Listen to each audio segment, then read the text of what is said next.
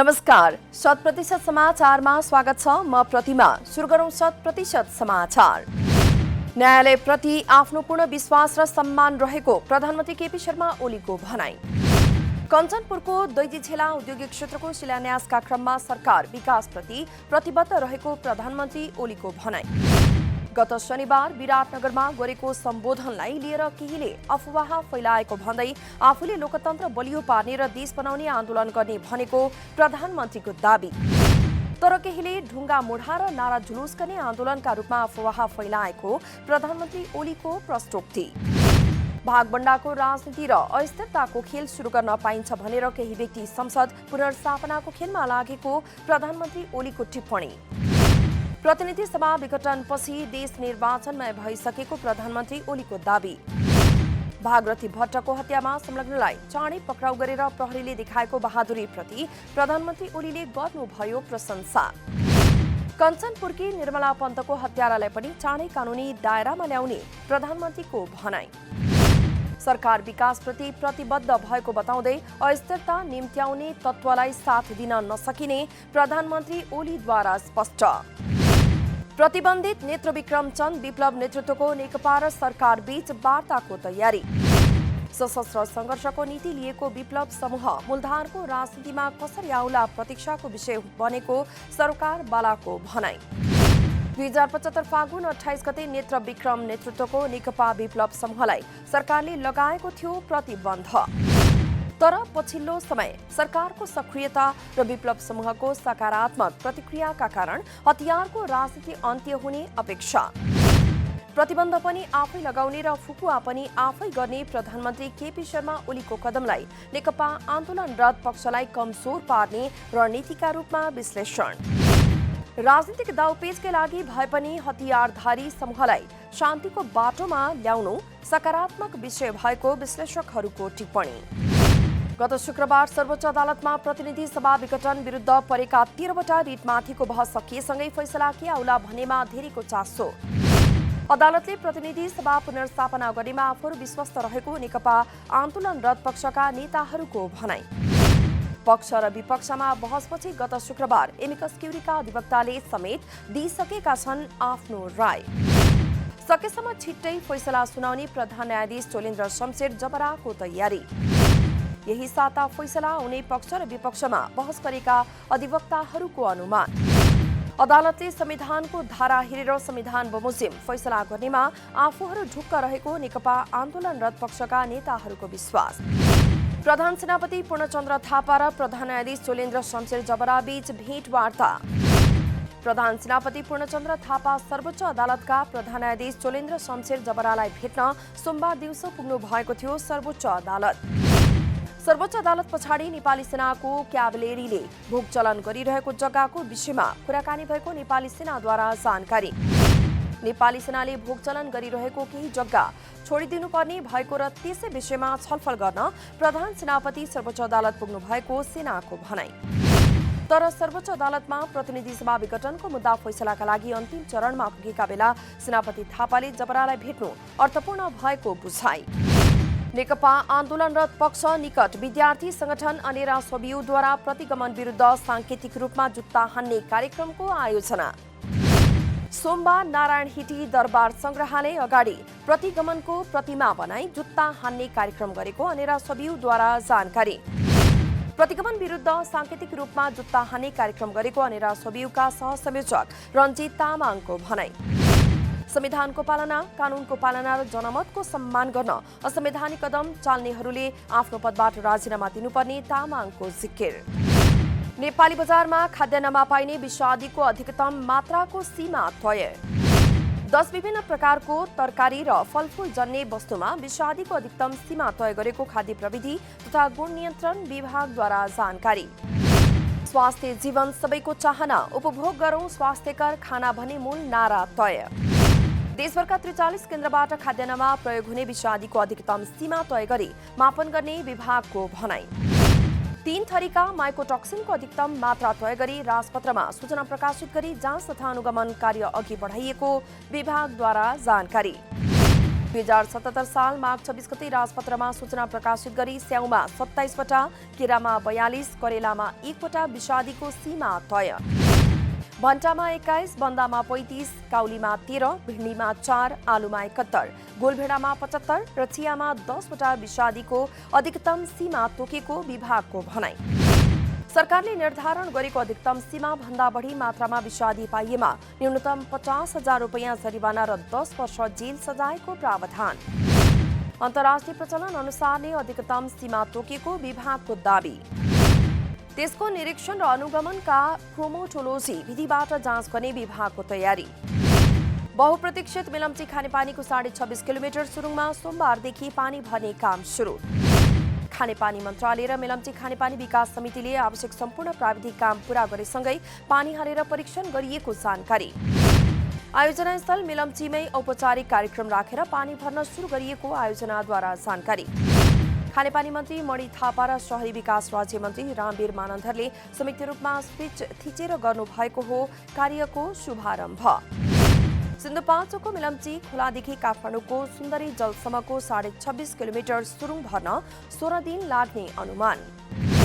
दुर्लभ मानिएको चरीबाको छालासहित इलाका प्रहरी कार्यालय कोहलपुरद्वारा 3 जना पक्राउ। बाँकेको राप्ती सोनारी गाउँपालिका वडा नम्बर 1 कुसुममा छाला बेचबिखन भइरहेको सूचनाका आधारमा प्रहरीले गरेको हो उनीहरूलाई पक्राउ। कोहलपुरबाट खटिएको विशेष टोलीले मोलमोलाइक भइरहेको समयमा पक्राउ गर्न सफल। बाघको छालासहित सल्यानको कुमाक गाउँपालिका वडा नम्बर 7 बस्ने कमल डीसी, हिमेन्द्र वली र सल्यान बागचौरका जित बहादुर डीसी पक्राउ। कोहलपुर प्रहरीले केही समय अघि मात्रै 2 थान रेड पाण्डाको छाला, 2 मुखे सर्पसहित केही व्यक्तिलाई गरेको थियो पक्राउ। बाराको जितपुर सिमेरा उपमहानगरपालिका वडा नम्बर 9 मा रहेको आरती सोप एन्ड भेजिटेबल उद्योगमा आगलागी। उद्योगमा आगलागी हुँदा लाखौंको क्षति भएको सञ्चालकद्वारा जानकारी। वीरगञ्ज, जितपुर, सिमेरा, कोलैया, नेपाल ओयल निगम, अमलेखगञ्ज लगायतका 8 वटा बारुद यन्त्रको सहयोगमा आगलागी नियन्त्रणमा लिइएको प्रहरीद्वारा जानकारी। अपाङ्गता भएका व्यक्तिका सवालहरू ऐनमा समावेश भए पनि व्यवहारमा लागू हुन नसकेको सरोकारवालाहरूको गुनासो। राष्ट्रिय अपाङ्ग महासंघ नेपालले कञ्चनपुरमा अपाङ्गता भएका व्यक्तिहरूका सवाल नीति र कानूनमा समावेश विषयमा सञ्चारकर्मीहरूसँग गरेको थियो अन्तर्संवाद। संविधानमा अपाङ्गता भएका व्यक्तिहरूका लागि निशुल्क शिक्षा, ब्रेल तथा सांकेतिक भाषामा शिक्षा, समावेशी सिद्धान्तका आधारमा राज्यका विभिन्न निकायमा सहभागिता भन्ने उल्लेख। कञ्चनपुरमा सबै प्रकारका अपाङ्गता भएका 9,072 जना व्यक्तिहरूमध्ये अहिलेसम्म 4,400ले मात्रै परिचय पत्र पाएको सरकारवालाहरूको गुनासो। सोमबार थप 125 जना कोरोना भाइरस संक्रमित थपिए। पछिल्लो 24 घण्टामा 90 जना संक्रमण मुक्त भएको स्वास्थ्य मन्त्रालयद्वारा जानकारी। अहिलेसम्म संक्रमण मुक्त हुनेको संख्या 2,69,966 पुगेको मन्त्रालयको तथ्याङ्क। कोरोना संक्रमणबाट गत 24 घण्टामा कसैको पनि निधन नभएको मन्त्रालयद्वारा जानकारी। कोरोना बीमा दावी गरेका मध्ये करिब 41,226 जनाले पाए भुक्तानी। हालसम्म 4,52,50,000 रुपैयाँ भुक्तानी भएको बीमा समितिद्वारा जानकारी। फागुन 7 सम्म सबै बीमा कम्पनीमा गरी 80,000 भन्दा बढी बीमा दावी परेको समितिद्वारा जानकारी। त्यसमध्ये 77,128 वटा दावीको मात्रै कागजात पूरा भएको सरकारी तथ्याङ्क। कागजात पुगेका दावीमध्ये करिब 41,226 को भुक्तानी भइसकेको समितिको भनाई। 14,771 दावी उप छानबिन परीक्षण भइरहेको र 455 वटा दावी भुक्तानी योग्य नरहेको समितिको तथ्याङ्क। हालसम्म 1,58,077 बीमा लेख मार्फत करिब 17,16,000 जनाले कोरोना बीमा गरेको बीमा समितिद्वारा जानकारी। कोभिड-19 पछि धराशायी बनेको नेपालको पर्यटन क्षेत्रलाई पुनर्जीवन दिनुपर्ने भन्दै पर्यटनका 37 सङ्घ संस्थाले बुझाए सरकारलाई 10 बुँदे मागपत्र। मागको सुनवाई नभए चरणबद्ध आन्दोलन गर्ने पर्यटन व्यवसायीको चेतावनी। पर्यटकीय सिजनको समयमा पनि विदेशी पर्यटकका लागि सुरक्षा मापदण्डमा झन कडाई गरेको भन्दै पर्यटन व्यवसायीहरूको विरोध। अनलाइन तथा अन अराइभल भिजाको साथ क्वारेन्टिनको नियम हटाउन व्यवसायीहरूको माग।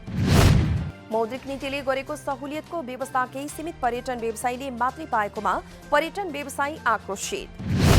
मागपत्रमा पर्यटकलाई पास दिने क्वारेन्टिनको नियम हटाइनुपर्ने, अनलाइन तथा अन अराइभल भिसाको व्यवस्था गर्नुपर्ने उल्लेख।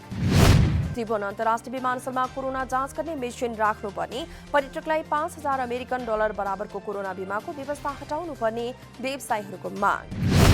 कञ्चनपुरको दक्षिणी क्षेत्र बेलौरी नगरपालिका वडा नम्बर 10 सडक घाटका चक्र पठायतले गरेका छन् उखु खेती।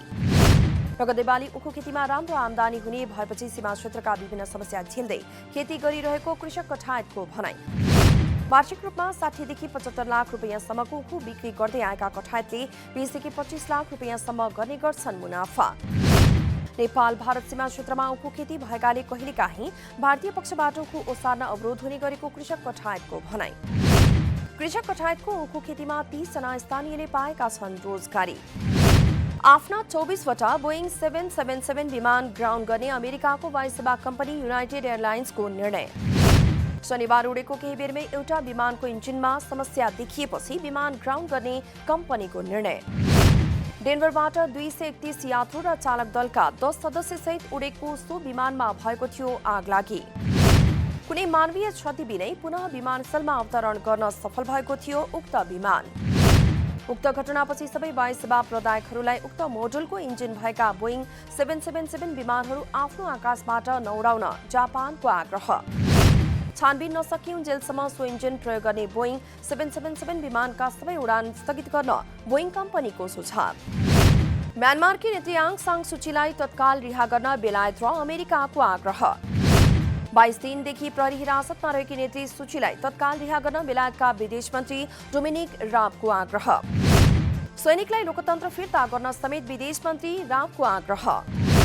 आफूहरू म्यानमार जनताको साथमा रहेको अमेरिकी विदेश मन्त्री एन्टोनी ब्लिङ्कनको भनाइ। म्यानमारका जनतामाथि हिंसा गर्ने विरुद्ध अमेरिकाले कडा कारबाही गर्ने ब्लिङ्कनको चेतावनी। नेपालको पहिलो franchise football league Nepal super league NSL प्रतियोगिता वैशाख दोस्रो हप्ताबाट सुरु हुने। सोमबार पत्रकार सम्मेलन गर्दै नेपाल सुपर लिग वैशाख 11 गतेबाट सुरु हुने आयोजक नेपाल स्पोर्ट्स एन्ड इभेन्ट्स म्यानेजमेन्टद्वारा जानकारी। त्रिपुरेश्वर स्थित दशरथ रङशालामा आयोजना हुने प्रतियोगिता वैशाख 25 गतेसम्म सञ्चालन हुने। लिगमा 7 प्रदेशबाट प्रतिनिधित्व गर्ने गरी विभिन्न शहरबाट 7 टिमको सहभागिता रहने। टिम र टिम मालिकको नाम भने यसै महिनाभित्र सार्वजनिक गरिने आयोजकद्वारा जानकारी। अक्सनबाट हरेक टिमले विभिन्न श्रेणीबाट 20 खेलाडी छनौट गर्नुपर्ने आयोजकद्वारा जानकारी। नेपाल भलिबल संघ र स्पेनिश खेल पोशाक निर्माता कम्पनी केल्मी बीच प्रायोजन सम्झौता। संघका अध्यक्ष मनोरञ्जन रमण शर्मा र केल्मीको नेपाल प्रमुख प्रदीप न्युपानेले गर्नुभएको हो सम्झौता पत्रमा हस्ताक्षर। सम्झौता पत्र अनुसार केल्मीले भलिबल टिमलाई 2 वर्षका लागि प्रायोजन गर्ने। सम्झौतासँगै केल्मीले संघलाई 250 वटा भलिबल उपलब्ध गराउने। 100% समाचार अहिलेलाई यति नै। नमस्कार।